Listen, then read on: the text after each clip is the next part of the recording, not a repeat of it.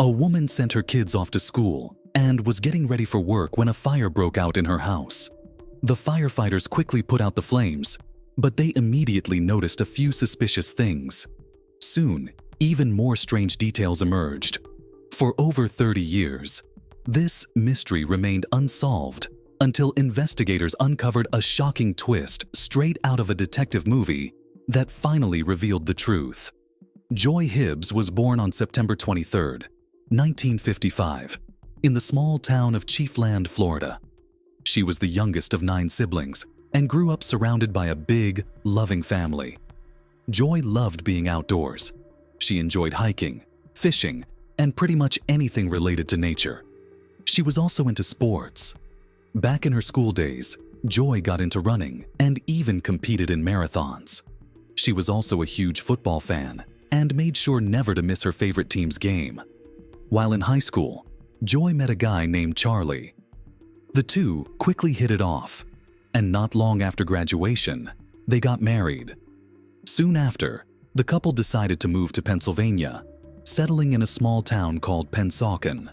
Joy had always dreamed of working in the medical field, but without a formal education, she could only find entry-level jobs. She spent some time working as a veterinary assistant, but eventually decided to take courses at a local college to earn a medical degree. That paid off, and she landed a job as a physical therapist at a small clinic close to home. In 1975, when Joy was 20, she and Charlie welcomed their first child, a daughter. 3 years later, they had a son. The family moved into a nice, quiet neighborhood and seemed to live a peaceful, happy life. To their friends and relatives, it looked like Joy and Charlie had built the perfect family, a true embodiment of the American dream. But everything changed on April 19th, 1991. That day, 35-year-old Joy was scheduled to work the evening shift. She got the kids ready for school, said goodbye to her husband as he left for work, and started preparing for her shift. Joy also ran some errands. She went to the grocery store and stopped by the bank to cash a check. Around 1 p.m., her 12-year-old son David came home from school and noticed his mom's car parked outside the house. Excited to share the good grades he'd gotten that day, he ran toward the house, eager to see her reaction. But his excitement quickly turned to worry. As he got closer, he saw thick smoke coming from inside. At first, he thought his mom might have left something on the stove, but the moment he opened the door, he saw flames spreading through the house. Panicking, David tried to go inside to find his mom, but the smoke and fire made it impossible. Meanwhile, neighbors noticed the smoke and called the fire department. Firefighters quickly arrived at the scene and managed to extinguish the flames. But when they reached the last room of the house, they discovered a human body. When paramedics and police arrived, they immediately assumed the body was Joy. However, because of the severe burns, they couldn't make a 100% positive identification, so the remains were sent to medical examiners for confirmation. Meanwhile, news of the fire spread quickly through the town. Joy's daughter, who was at school at the time, heard about what had happened and rushed home, only to find her younger brother in tears. Shortly after, Joy's husband arrived at the scene, and the moment police informed him about the body that had been found, he collapsed unconscious. At the time, firefighters were still trying to figure out what caused the fire. But Joy's son couldn't stop blaming himself. You see, he had a computer in his room, and all the cables were messily plugged into a single socket near the fish tank. Since his mom's body was found in his bedroom, he assumed the fire started because of his carelessness and that she'd been trying to put it out. However, while putting out the flames, firefighters noticed some strange details. It seemed like the fire had started in several different areas of the house, something that's almost unheard of in an accidental fire. A closer look only confirmed their suspicions. Investigators found 4 separate points where the fire had been set. While they couldn't pinpoint exactly how it started, one thing was certain. This wasn't an accident. It was arson. Moreover, all 4 gas burners on the kitchen stove had been left on, with traces of debris scattered across them. This suggested that the arsonist used something to spread the fire from the stove to other parts of the house. The arson theory was soon backed up by the medical examiner's report. They confirmed the victim was Joy and revealed there were no traces of smoke in her lungs, meaning she was already dead before the fire began. But the most chilling discovery was what they found on her body. There were multiple cuts, bruises, and stab wounds. With this new information, the case was reclassified as a homicide, and investigators began searching for evidence. But it wasn't easy. The fire had destroyed most of the house, leaving little to work with. On top of that, no foreign DNA was found on Joy's body. So, with no physical clues, detectives shifted their focus to identifying possible suspects. The first person they looked into was Joy's husband, Charlie. He had been at work when the fire started, but the police couldn't completely rule out the possibility that he might have left, committed the crime, and then returned to work to set up an alibi. However, there were no signs of serious marital problems. Family and friends all said the couple seemed happy, and Charlie appeared genuinely devastated by his wife's death.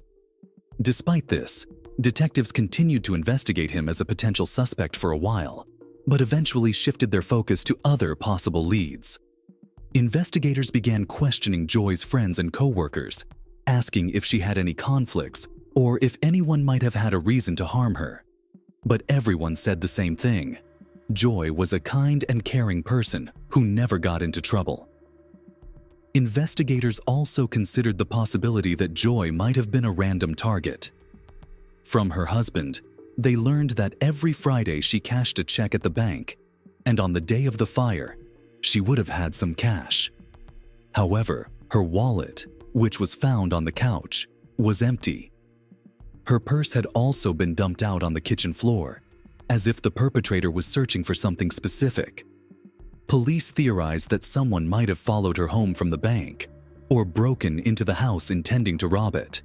But this theory didn't hold much weight because, other than a relatively small amount of cash, nothing else was missing from the house.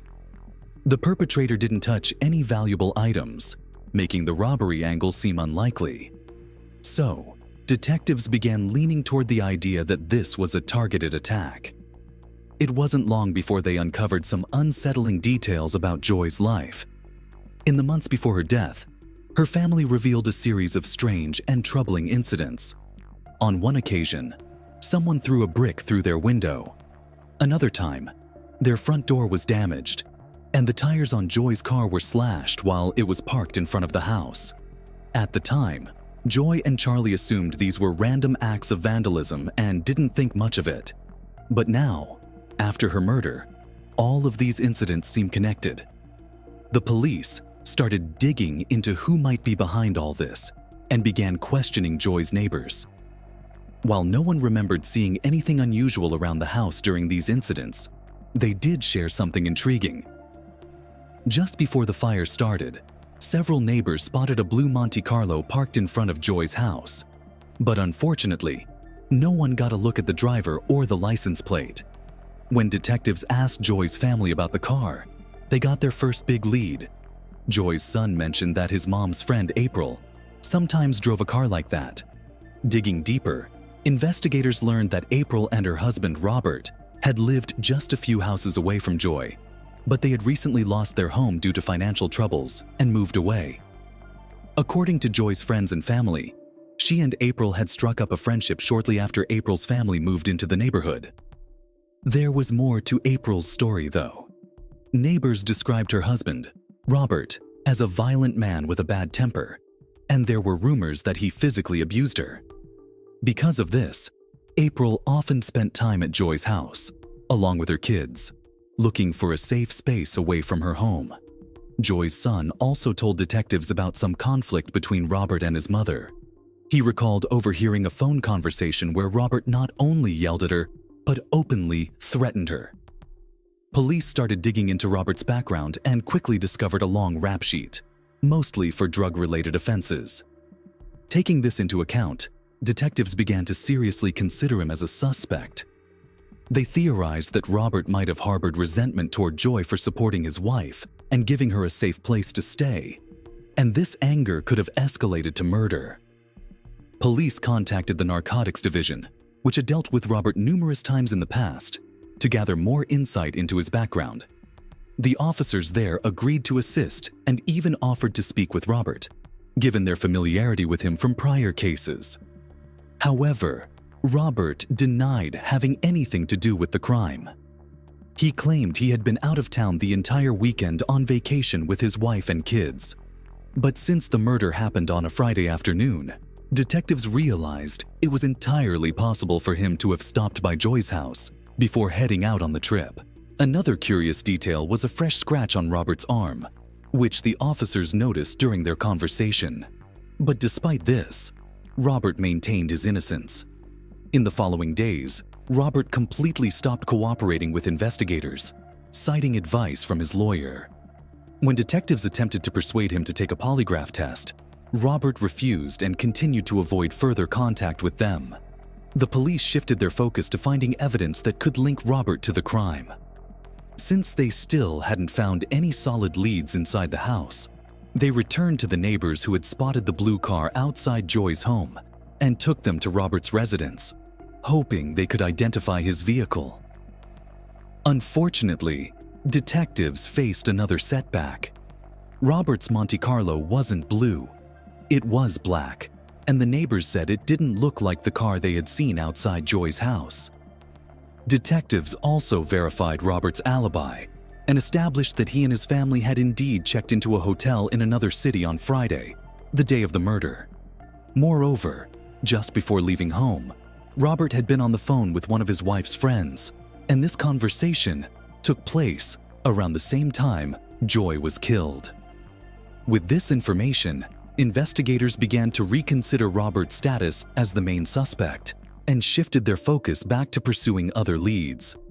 Investigators then decided to take another look at the victim's husband, Charlie. This time, they uncovered something interesting. Speaking with Joy's co-workers, detectives learned that she had been receiving threatening phone calls. According to one co-worker, she suspected the caller might have been Joy's husband, but she never asked her about it. Despite this new information, Charlie had a solid alibi. Several co-workers confirmed he was at work on the day of the murder. However, investigators couldn't completely rule out the possibility that he might have left, committed the crime, and returned without anyone noticing. In the following months, investigators continued to question Charlie, bringing him in for several polygraph tests, but nothing in his behavior suggested he was involved in his wife's murder. Charlie had no criminal record and no history of aggressive behavior towards Joy throughout their marriage. Eventually, police concluded that his involvement was probably unlikely. After that, the case hit a dead end. With no solid evidence or clear suspects, investigators couldn't make any progress at all, and Joy's case was basically put on hold. Occasionally, efforts were made to revisit the case, but each attempt led to a dead end. This continued for several decades. By that time, Joy's children had grown up, and the lack of progress in solving their mother's murder haunted them. Her son repeatedly contacted the police, urging them to reopen a full investigation, but each communication ended in disappointment. In one conversation with detectives, they said they still considered his father, Charlie, responsible for the murder, but didn't have the evidence to prove it. In 2014, 23 years after the murder, the case was finally reopened. It was assigned to the Cold Case Unit, where a fresh team of detectives started reviewing all the evidence from scratch. It didn't take long for them to notice something odd. Detectives discovered that much of the communication with Robert, one of the primary suspects, had been handled by the Narcotics Division. This was not only unusual, but also unprofessional, as it involved a murder investigation. The new team struggled to understand why a completely unrelated department had been so deeply involved. The detectives decided to speak with one of the investigators who had worked on Joy's case back in 1991. At first, he refused to discuss the murder, but after multiple attempts, They managed to persuade him to answer their questions. What the retired detective revealed left them stunned. He admitted that, from the very beginning, Robert seemed like the most likely suspect. However, there was one significant problem. The investigators were basically instructed to stay away from Robert and essentially drop any efforts to link him to the murder, because he was an informant for the narcotics division. While it was known at the time that Robert was an informant, the detectives believed this shouldn't have interfered with a murder investigation. But as it turned out, Robert was a key informant in a massive narcotics case, and the police department didn't want to jeopardize the years-long operation targeting a major drug trade business. As a result, the original investigators barely pursued Robert as a suspect, conducting only a superficial investigation into his potential involvement. These revelations marked a turning point in Joy's case, and the new team of detectives began building a case against Robert. Back in 1991, the police determined that Robert had a solid alibi, but the new investigators knew they couldn't rely on outdated records. So, they decided to verify everything themselves. The first step was to track down Robert's wife's friend, the one he supposedly called around the time of Joy's murder. She confirmed that the call did happen, but there was a key detail the original investigators had missed. The call wasn't in the afternoon, it was much later, closer to the evening. Next, the detectives re-interviewed the witnesses who had reportedly seen Robert with his wife and children when they checked into the hotel. According to the case files, the family arrived shortly after lunch. However, the witnesses contradicted this, stating the family actually checked in around 5 p.m. This timeline left Robert enough time to commit the murder. Finally, the investigators decided to question April. By then, she and Robert were divorced, but she still supported his alibi, insisting he couldn't have been involved in the crime. Detectives pressed her multiple times, hoping she'd reveal more, but she stuck to her original story. So, the detectives shifted their focus to uncovering new leads and re-examining all the evidence they had. This process stretched on for several years until something completely unexpected happened. In 2016, April walked into the police station and said she wanted to talk. She revealed that a series of negative events in her life had led her to reconsider her position on Joy's murder. April confessed that she had been lying about her ex-husband's alibi the entire time, and that the real story was far from what she had originally claimed. According to her, on the day of the murder, Robert came home covered in blood. When she asked him what had happened, he simply said, "I stabbed someone and set a house on fire."